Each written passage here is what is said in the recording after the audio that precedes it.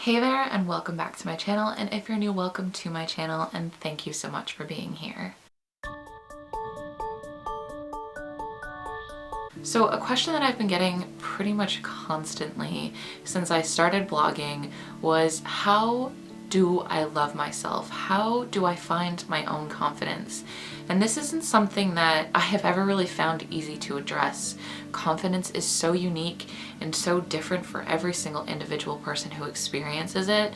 But I was sitting down the other day and suddenly I just felt like I wanted to write it down. I wanted to write down steps that I felt worked for me and I felt might work for you. And although I still feel like this video won't ever be complete, there will always be new ways and new things to add to this ever-growing list of how to love yourself.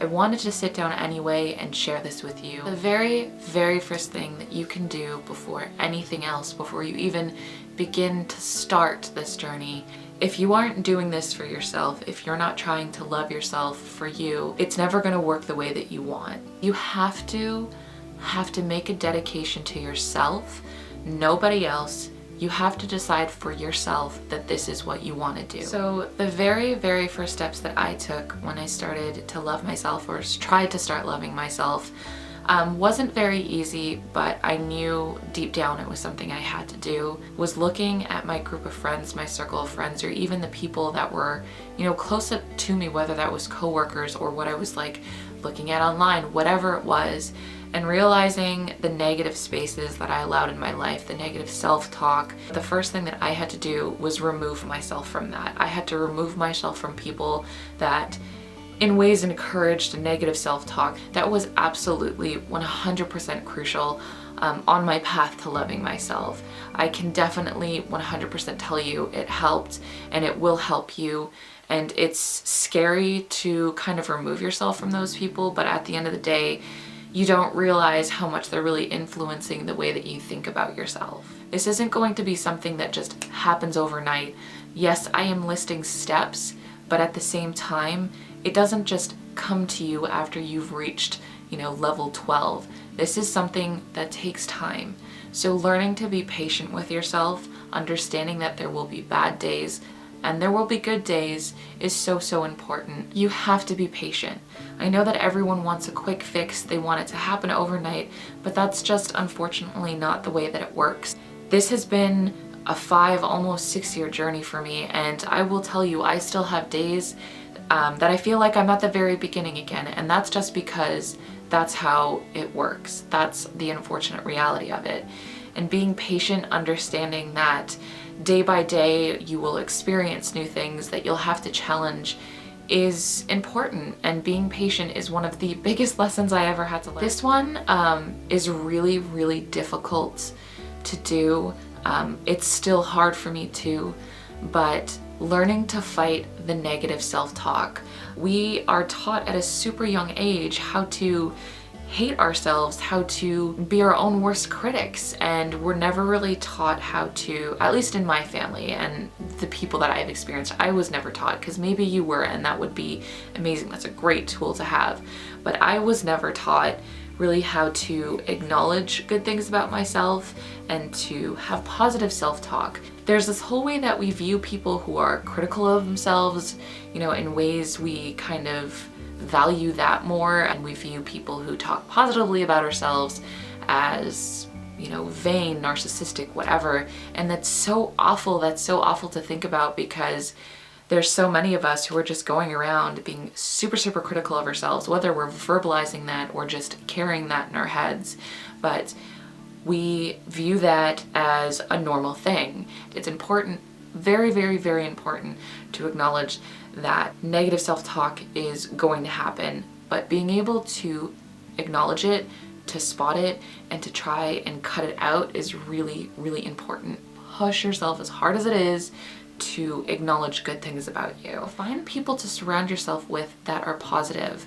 I do understand that for a lot of people there aren't, communities locally or even friends that share similar beliefs to you, so you might be going at this, alone, or what seems like alone. But the really great thing about the internet right now is that there are so many communities online where you can meet people who are going to help you, who are going to support you, who are going to be positive contributions to your life. Before I really started talking to anyone in this community, what I did do was just follow people. I followed people who were spreading the message of, self-love, and that really, really helped me. And it also helped me find a lot of really, positive, inspirational people that empowered me, that I also felt safe going to, that made me want to be kinder to myself, when the friends that I had previously, it just was like normal banter to sit around and talk about how much we hated ourselves. Treat yourself. I don't mean like,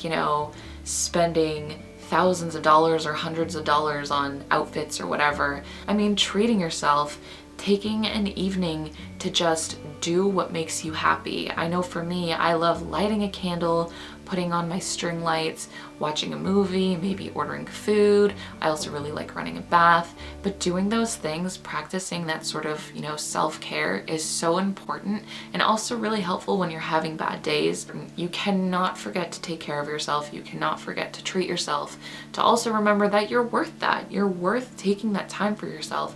You're worth even indulging. I know money can be really, really tight for a lot of people, and it is really difficult sometimes to treat yourself, but I'm a huge fan of the dollar store. The dollar store is really a great way to pick me up when I feel like I just want to spend some money, get a few things to indulge in, and I also don't feel like I've broke the bank as well. So any way that you can find to treat yourself, this kind of falls into the same category, but make yourself a priority. I know a lot of people, and I was also that person that put everyone else's needs above my own.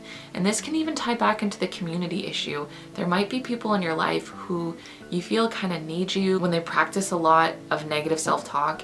And if you're not in a place right now where you can listen to that because it's going to take you back on your journey, it's going to rub off on you, it's okay to acknowledge that, and it's also okay to make yourself and your journey a priority. Challenge your relationship with food. I know a lot of us struggle with this. There are so many of us that feel ashamed and guilty and disgusting and whatever for eating food, specific foods, indulging in something that we need to survive, that we need to exist. I don't even necessarily feel comfortable giving you advice on this because I know for a lot of people it goes so much deeper than just challenge your relationship with food. I know this is a really scary step for a lot of people, and I don't want to sit here and give, advice on anything that I am not by any means educated enough to do, but challenge that relationship.